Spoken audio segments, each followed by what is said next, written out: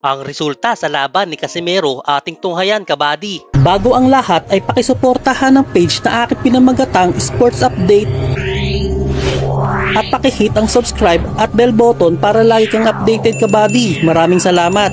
So naganap na nga po ang matagal nating inaabangan na laban ng kasalukuyang pambato natin pagdating sa sports ng suntukan na sina former 3 Division World Champion Cuadro Alas, John Riel Casimero laban sa Japanese Warrior na si former Bantamweight World Champion Yukinori Oguni. Subalit, isang nakakadismayang resulta ang hinatid sa atin ng laban na ito, kabady, nang ipahinto ng referee ang laban sa kadahilanang nagkaroon po ng accidental headbutt sa 4th round ng laban kung saan nagkabanggaan ng ulo ng dalawang warrior na ito at hindi na nakagawa pang makapagpatuloy ni Oguni sa laban dahil sa matinding bitak na sinapit nito sa kanyang ulo.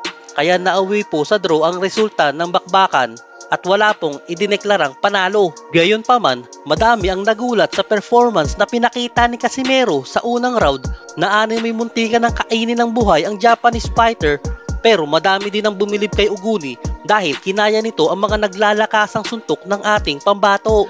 Pahayag pa ni Casimero na balak daw sana niya tapusin ang laban sa unang round, pero iniisip daw niya na baka mabitin ang mga manonood kaya pinahaba pa muna niya ito. Ito ang ilan sa kanyang mga sinabi. Hindi naman ako nasaktan nun. Nagano lang ako kasi marami din siyang suntok na ipapatama. So nag-defense ako para hindi ako maano sa kanya, na matamaan ng sulit.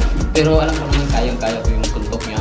Pero hinahayaan ko lang siya na susuntok sa akin para pagdating ng panahon kapag may opening siya, kaya kong pasukin yung suntok niya.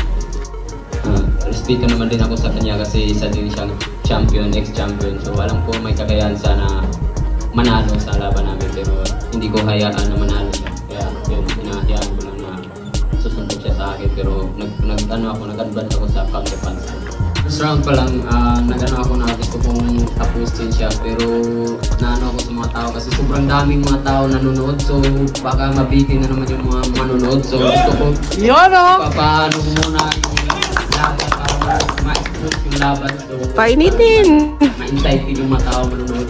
So yun, kaya ko naman tapusin na isang round yun, pero hinahayaan ko lang na umabot ng matagal na round para naman maganda yung laban na ipapakita. At lalo na sa mga manonood, hindi mabitin. Samantala, marami rin po ang nakapansin sa performance ng ating mga pambato pagdating sa stamina. Kakaibang lakas daw talaga ang pinapakita sa umpisa ng laban, ngunit pagsapit ng round 4 pataas ay talagang makikita mo na mga nakanganga ang ating mga pambato, lalo na pagkatapos makipagsabayan ng suntukan. Dahil dito, hindi tuloy maiwasan na maikumpara sa mga boksingero natin noon, kagaya ni 8th Division World Champion Manny Pacquiao na kahit umabot ng 12 rounds ay sobrang liksi pa rin. Di daw gaya ngayon na makikita mong kinakapos na ng hininga ang mga pambato natin sa ibabaw ng lona. Sa total record po ng laban ay 2 Pinoy ang nanalo na sina Vince Paras at Saludar na dinurog ang kalaban sa first round. 2 talo na sina Santissima at Deniega at 1 draw naman po sa laban ni Casimero. By the way, congrats po sa mga pambato natin na dumayo sa Japan at ginawa ang lahat ng kanilang makakaya para maiangat ang bandila ng Pilipinas.